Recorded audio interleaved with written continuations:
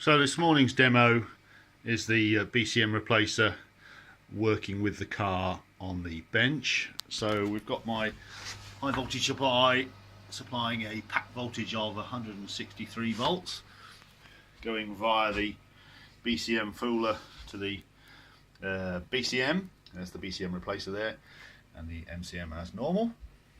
And obviously we have the keypad for the BCM Replacer and the screen. So the car's off at the minute, so I'll turn the 12 volt on, which is the switch here.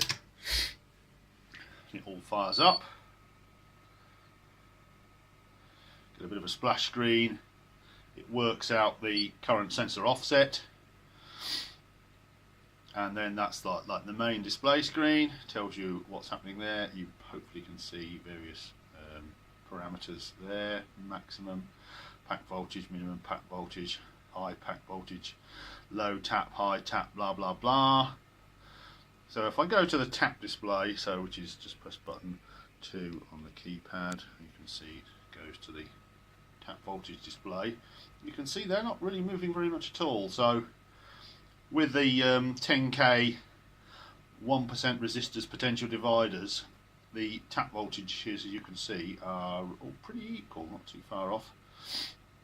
I'm sure the tap voltage actually coming from the resistors are not exactly the same, because I've only used 1% tolerance ones on the BCM fooler. Anyway, the gist of it is, you can see that at the bottom it says checksum errors and communication errors, and that's in relation to the data that the tap modules there, the 5 tap modules which measure 2 taps each, are sending to the main processor, which is on the other side of this board. It's obviously down there. So we've got the imac&c control here, and you'll notice if I look here, I'll just go back to the main screen, which is that one. You'll see the pack voltage, 161 voltage there, and you'll see it's 161 voltage, 161 volts on there.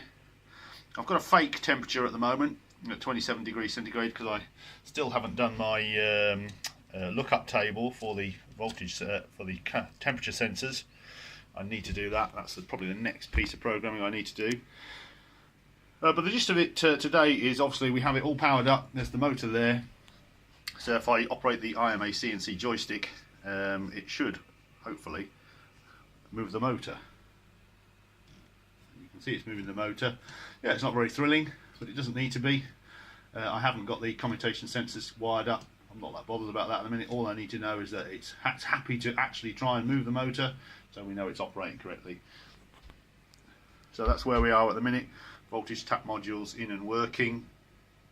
The accuracy uncalibrated is about 50 millivolts per tap, which is not too bad, and we may be able to improve on that with some calibration later on.